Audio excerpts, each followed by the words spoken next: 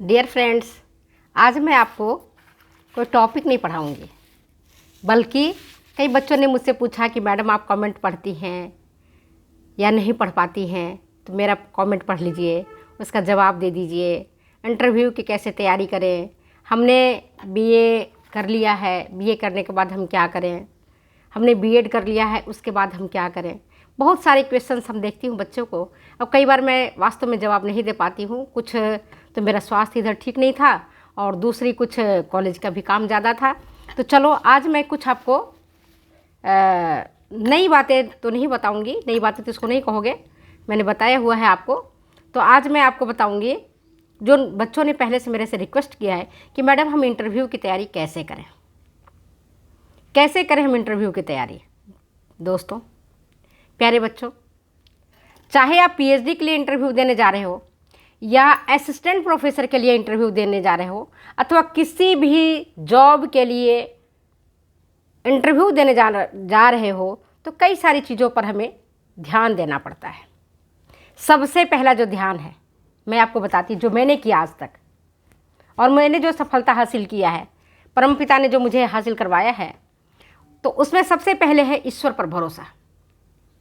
मैं तो हर काम को भगवान पर भरोसा करके ही करती हूँ और काम होने के बाद मैं भगवान को ही धन्यवाद देती हूँ, सफलता मिले या ना मिले।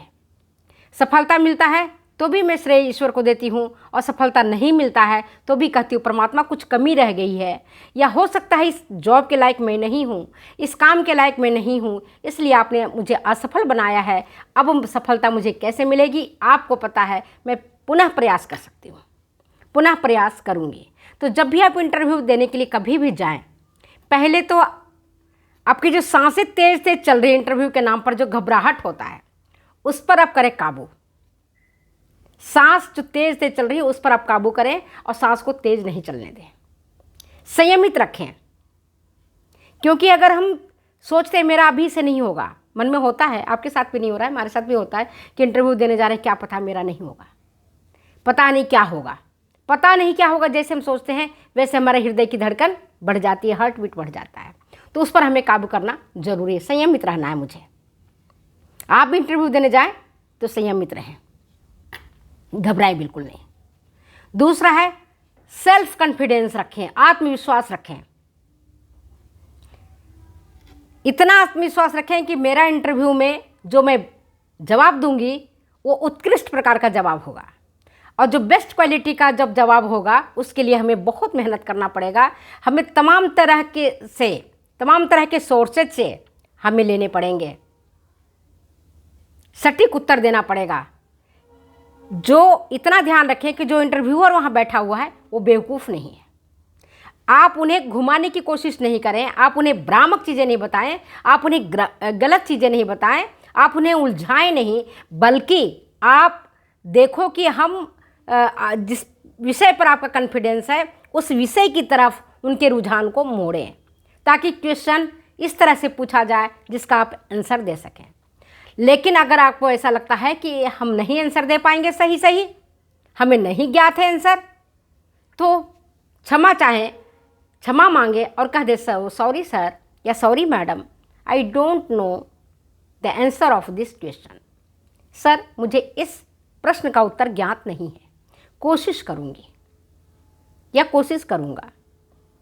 तो ये आपका रहा बात। लोग समझ भी जाते हैं कि सत्य और निष्ठा आपके भीतर निहित है, वो आपको दिखना चाहिए at the time of interview. झूठ नहीं बोलें, गलत चीज़ें नहीं दें, गलत चीज़ें पेश नहीं करें। अभी रोज़ पेपर में आप पढ़ रही होंगी, मोबाइल पर भी आ रहा है, यूट्यूब पर भी आ रहा है। आईएएस हैं पूजा खेड़कर, कितनी बार उन्होंने यूपीएससी की परीक्षा दी, नाम बदल के दिया, पिता के नाम बदल के दिया, अनेक बार उन्होंने दिया। और जब वो पास हुई आईएएस की परीक्षा, वो आईएएस एज ए ट्रेनी भी थी, तब भी उन्होंने जब पास होने के बाद एक उत्पात मचाना जो नहीं होता है। एक आईएएस अधिकारी आप बनते हैं, चाहे आरएस अधिकारी बनते हैं, तो आपको एक संयमित जीवन जीना चाहिए। उन्होंने जो उत्पात मचाया, जो उन्होंने तमाम तरह की जो गलतियां की वो सारी गलतियां फिर एक एक एक एक करके उजागर होते चले गए। क्योंकि दुनिया बेवकूफ़ नहीं है, लोग बेवकूफ़ नहीं है। जब लोग आपके पीछे पड़ जाएंगे तो आपके कुंडली का एक एक ग्रह को सामने ला के रख देंगे, जो अभी आपके सामने पूजा खेड़कर का मामला सामने आया है। उन्हें यूपीएससी ने ट्रेनिंग से तो हटा ही दिया, आगामी बार कर दिया कि आप एग्ज़ाम में नहीं बैठ सकती हैं। जब उनके देखे गए कि कितने बार उन्होंने एग्ज़ाम दिया है पूजा खेड़कर ने, तो पता चला कि उन्होंने अनेक बार एग्ज़ाम दिया है। कभी उन्होंने अपना नाम बदल दिया, कभी उन्होंने झूठा सर्टिफिकेट पेश किया मेडिकल का, कभी उन्होंने अपने पिता का नाम बदल दिया, कभी उन्होंने वीकर इकोनॉमिक सेक्शन का सर्टिफिकेट लगा दिया। ऐसे काम हमें नहीं करने हैं, अन्यथा उच्च पद पर आसीन पूजा खेड़कर जो एक आईएएस थी रहती और अपनी नौकरी को आराम से करती, उन्होंने अपने व्यवहार के कारण उन्हें अपनी नौकरी से तो उन्हें हाथ धोना ही पड़ा, और देखिए कितनी बदनामी हुई। तो हम इन उदाहरणों से हम जीवन में समझें, जीवन में सीखें कि हम गलत का सहारा नहीं लें, गलत करने से डरें। हमारी माँ कहती थी, इसका मैंने भी पालन किया है, नेकी करते होइए हान फिर भी न छोड़ो नेकी बान। सत्य और निष्ठा से काम करने पर हो सकता हमें परेशानी हो, लेकिन वैसी आदतें हमें छोड़नी नहीं चाहिए। जब हम लगे रहेंगे, मेहनत करते रहेंगे, तो हमारा मेहनत का परिणाम भी अच्छा होगा। और अगर परिणाम अच्छा नहीं हो रहा है तो भी परमपिता परमेश्वर पर विश्वास करें।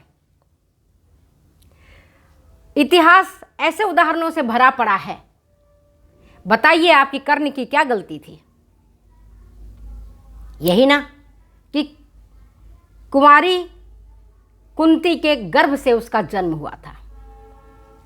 गर्भ तो नहीं कहेंगे, कुमारी माता की संतान थे वो, और केवल एक गलती के कारण, क्योंकि उनकी माता कुंवारी थी, कुंती कुमारी थी,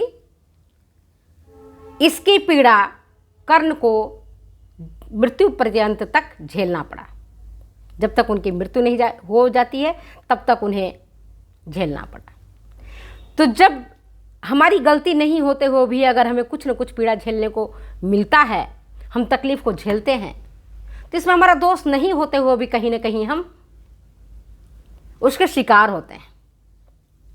लेकिन दूसरी पक्ष उनका देखो, कर्ण का, मैं तो बहुत प्रभावित होती हूँ कर्ण से, कि विषम परिस्थिति में रहते हुए भी सम परिस्थिति मिला, अनुकूल परिस्थिति मिला अर्जुन को, कर्ण को नहीं मिला अनुकूल परिस्थिति। वो राधे कहलाए, सूत पुत्र कहलाए, फिर भी उन्होंने कर्म करना नहीं छोड़ा,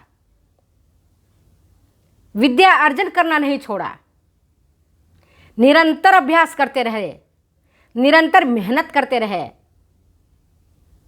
परिस्थितियों ने भले ही उनको दुर्योधन की ओर मित्रता करने के लिए धकेल दिया, इसके बावजूद श्री कृष्ण त्रिलोकीनाथ ने भी उन्हें अपने रथ में बिठाया और उनको वास्तविकता से रूबरू करवाया। धन्य है वो कर्ण का जीवन, जिन्होंने कृष्ण की बात को सुना, बड़े ध्यान से सुना और लालच में नहीं आया।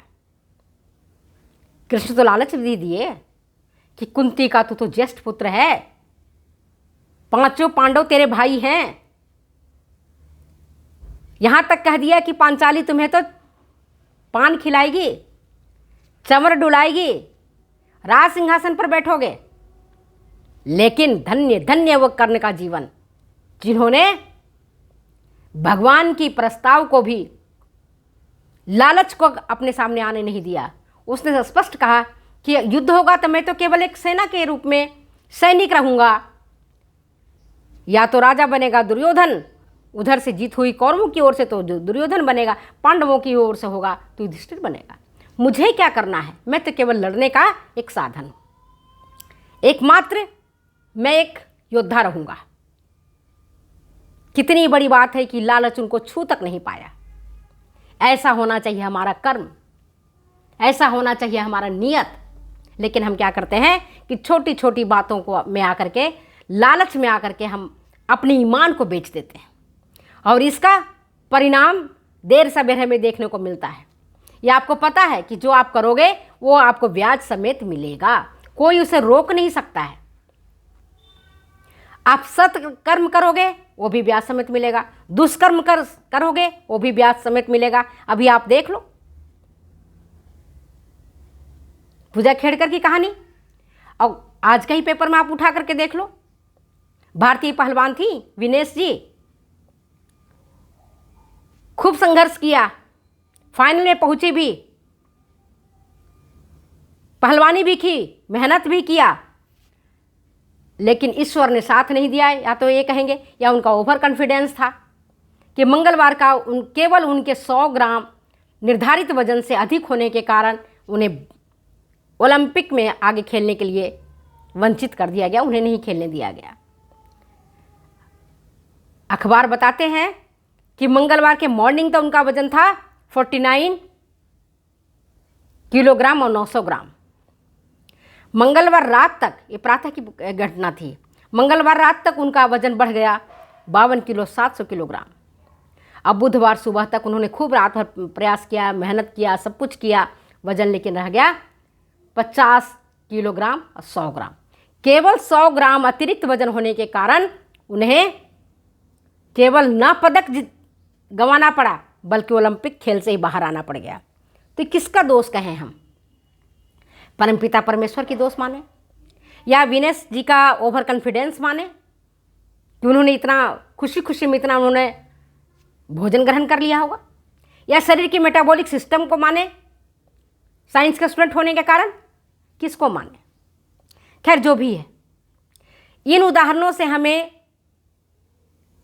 सीख मिलनी चाहिए, हमें सीखना चाहिए कि हम गलत का सहारा कभी नहीं लें, झूठ का सहारा हम कभी नहीं लें, लोगों को अपने भ्रम जाल में नहीं फैलाएं, क्योंकि कभी न कभी भले, हालांकि झूठ के हजारों पांव होते हैं, हजारों पंख होते उड़ते हैं, सत्य का एक ही पंख होता है, लेकिन वो वक्त पर आ ही जाता है और लोगों को दिखा ही देता है।